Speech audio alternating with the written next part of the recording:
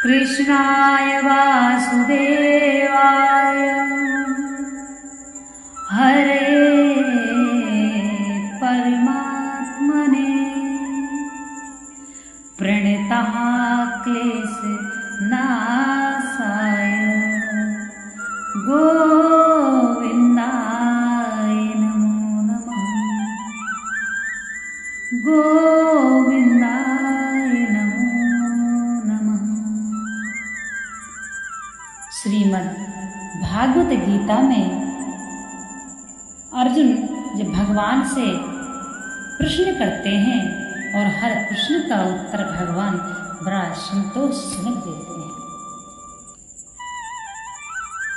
भगवान कहते हैं, हे अर्जुन, वह परम ब्रह्मा ज्योतियों का भी ज्योति एवं माया से अत्यंत परे कहा जाता है।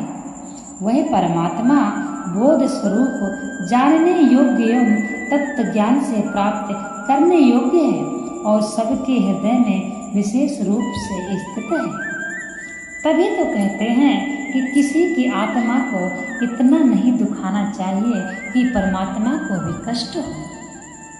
किसी भी भगवान के भक्त को इतना नहीं दुखाना चाहिए कि परमात्मा स्वयं उसके आगे उसकी रक्षा के लिए खड़े हो जाए, क्योंकि सभी की आत्मा में परमात्मा का ही निवास है।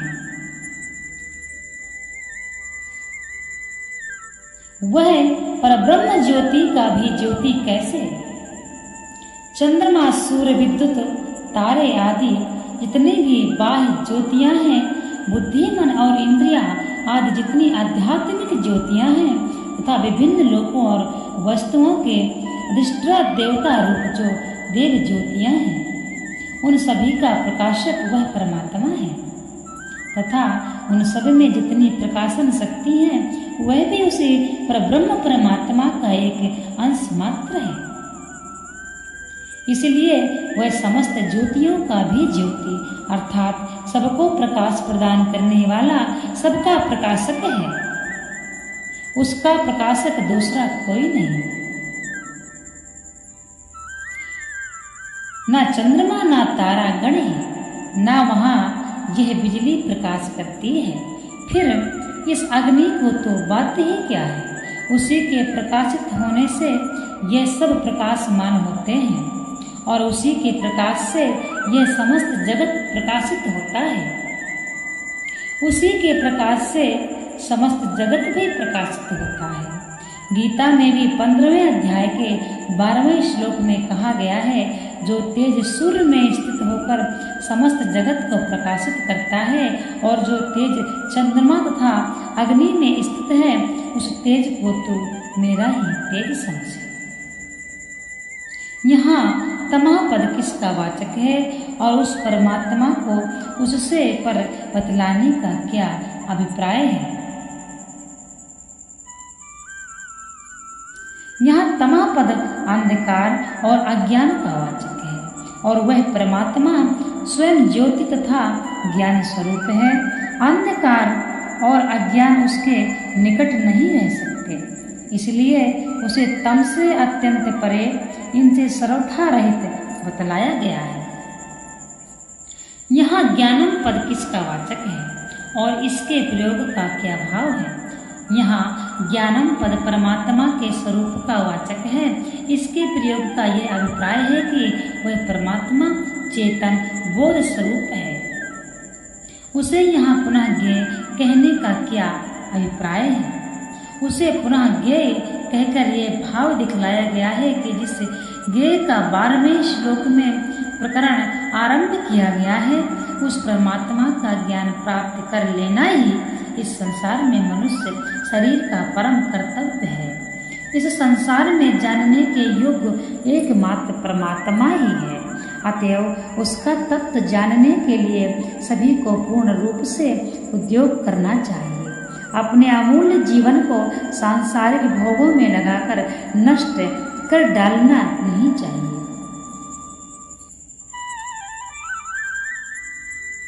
इस पर यह प्रश्न हो सकता है कि उसे कैसे जानना चाहिए। इसलिए भगवान कहते हैं कि वह ज्ञान गम्य है, अर्थात पूर्वोक्त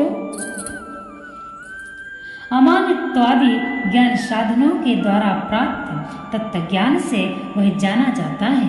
अतएव उन साधनों द्वारा तत्व ज्ञान को प्राप्त करके उस परमात्मा को जानना चाहिए।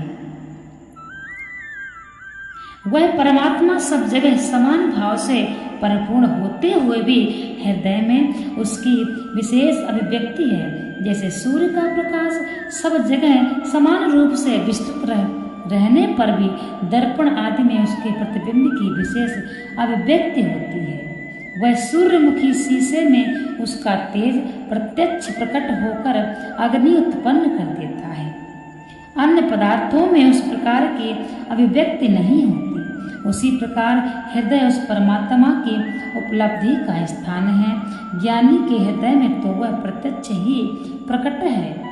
वही बात समझाने के लिए उसको सबके हृदय में विशेष रूप से स्थित बतलाया गया है। इस प्रकार क्षेत्र ज्ञान और ज्ञेय के स्वरूप का संक्षेप में वर्णन करके अब इस प्रकरण को जानने का फल बताते हैं। भगवान कहते हैं, इस प्रकार क्षेत्र तथा ज्ञान और जानने योग्य परमात्मा का स्वरूप संक्षेप से कहा गया है। मेरा भक्त इसको तत्व से जानकर मेरे स्वरूप को प्राप्त होता है। यहाँ तक क्षेत्र ज्ञान और ज्ञेय का स्वरूप किन किन श्लोकों में कहा गया है। 5वें और 6वें श्लोकों में विकारों सहित क्षेत्र के स्वरूप का वर्णन किया गया है। 7वें से 11वें श्लोक तक ज्ञान के नाम से ज्ञान के 20 साधनों का और 12वें 17वें तक ज्ञेय अर्थात जानने योग्य परमात्मा के स्वरूप का वर्णन किया गया है। मद्भक्त पद के प्रयोग का क्या अभिप्राय है तथा उस क्षेत्र ज्ञान और ज्ञेय को जानने का क्या एवं भगत को प्राप्त होना क्या है। भगवान कहते हैं, भक्ति करने वाले भगवत का वाचक है।